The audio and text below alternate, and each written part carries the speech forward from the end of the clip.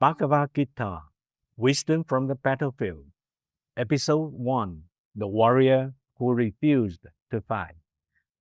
Before the first arrow was released, before the first warrior fell, and before the greatest war in ancient Indian tradition began, something unexpected happened.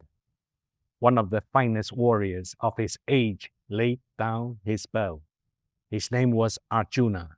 He was not afraid of pain. He was not afraid of death. He had spent his life preparing for battle. Yet, when the decisive moment finally arrived, he looked across the battlefield and said, "I will not fight." Why would the celebrated warrior refuse to fight on the morning of the most important battle of his life? And why would this moment of despair give birth to one of the most influential works of philosophy ever composed, the Bhagavad Gita? This is not merely a story about war. This is a story about doubt, responsibility, grief, courage, and the moment when every available choice seems wrong.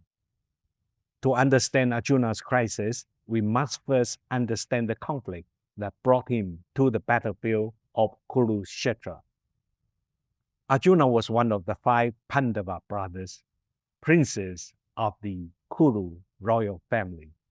Their cousins, the Kauravas, were led by Duryodhana, a proud and ambitious prince who refused to share power with them. The dispute was not simply a quarrel between 2 branches of a family. It concerned justice, royal succession, political authority, and the future of an entire kingdom. The Pandavas had endured humiliation, exile, deception, and the loss of their land. They had repeatedly sought a peaceful settlement. At one point, they were prepared to accept only 5 villages, one for each brother. Even that request was rejected. Krishna himself traveled to the Kaurava court as a peace envoy. He tried to prevent catastrophe. He warned that war would destroy families, kingdoms, and generations. But Duryodhana would not compromise. Diplomacy failed. The 2 sides gathered their armies at Kurukshetra. Kings and warriors from across the Indian world chose their alliances. Conch shells sounded, chariots assembled, horses stamped the earth, banners rose above a vast field crowded with soldiers, elephants, cavalry, and weapons. The battle was about to begin. But this was not a simple struggle between strangers.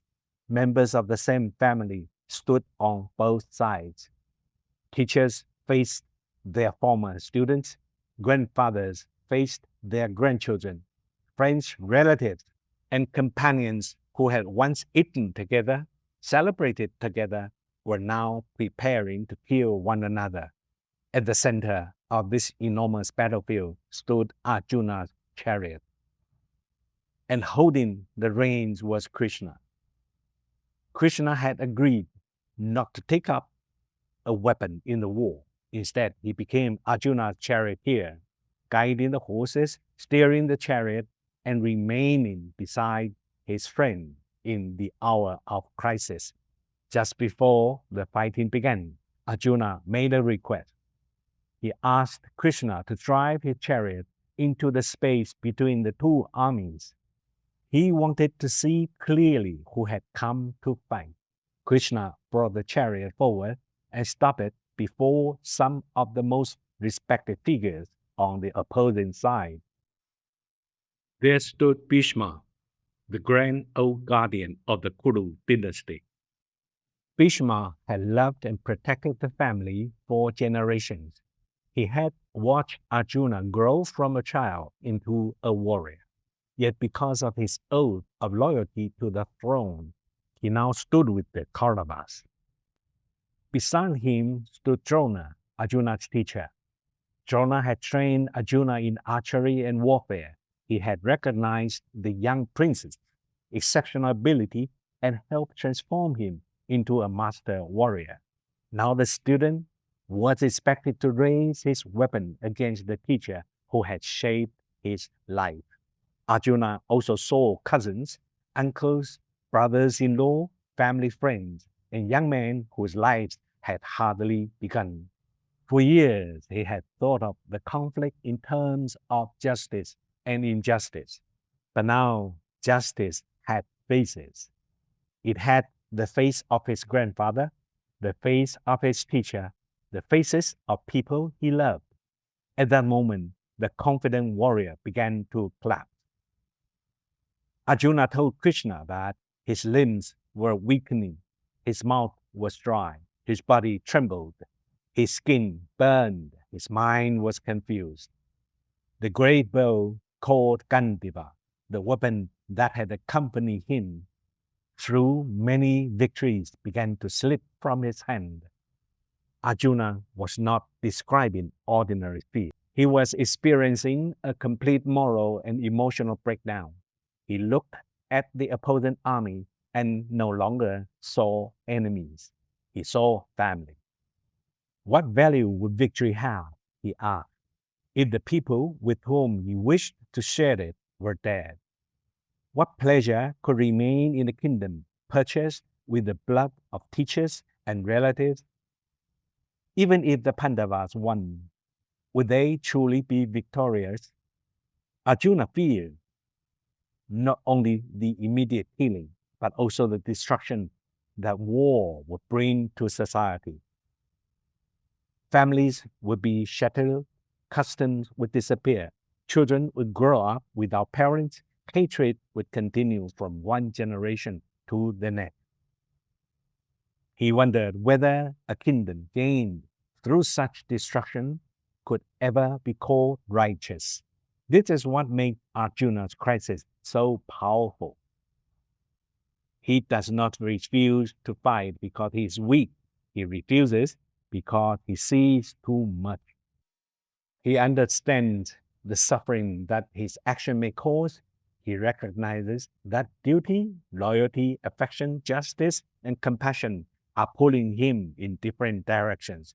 If he fights, he may kill those he loves. If he refuses to fight, he may allow injustice to triumph. Every choice carries guilt. Every path leads to suffering. Many people imagine that moral courage means always knowing what is right. But Arjuna shows us something different, something the greatest moral crisis begins precisely because we can see more than one side. A soldier may be ordered to fight while still recognizing the humanity of the enemy. A judge may have to punish someone toward whom he feels compassion. A doctor may have to make a painful decision when every treatment carries danger. A public servant may have to choose between personal loyalty and public responsibility. A parent may have to cause temporary pain in order to protect a child from greater harm. The battlefield changes, but the question remains, what would we do when compassion and duty appear to conflict? Arjuna tried to resolve the problem by withdrawing. He told Krishna that it would be better to live by begging than to kill honored teachers. He said that he could not determine which outcome would be worse, defeating his relatives or being defeated by them. At last, his confidence disappeared completely. This was no longer simply a military decision. Arjuna admitted that he did not know what was right. He turned to Krishna not merely as a friend, but as a teacher. He asked for guidance, and then he sat down in the chariot and put aside his bow and arrows. Around them stood two enormous armies waiting for war. Yet before the battle of weapons could begin, another battle had to be fought, the battle inside the human mind. Krishna had listened while Arjuna described his grief, his fear, and his moral objection. He did not immediately command him to fight. He did not dismiss compassion as weakness. Instead, Krishna began to examine the assumptions beneath Arjuna's despair. Who are we really? Are we only the body? What does it mean to act according to duty?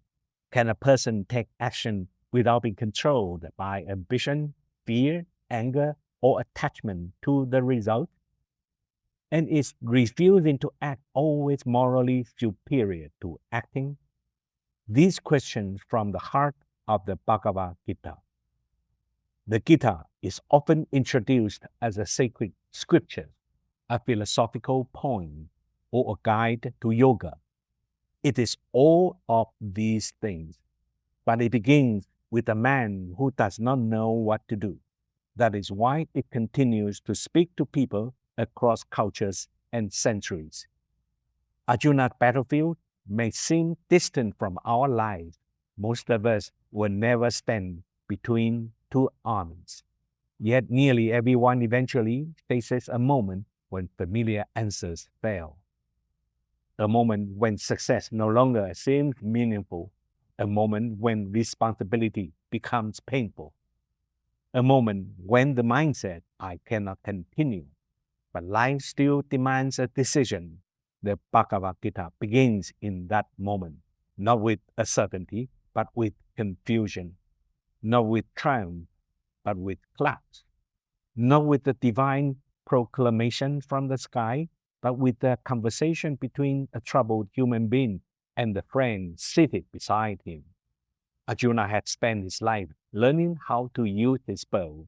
Now he had learned something far more difficult, how to understand himself. In the next episode, Krishna will challenge Arjuna's deepest fear, the fear of death and loss.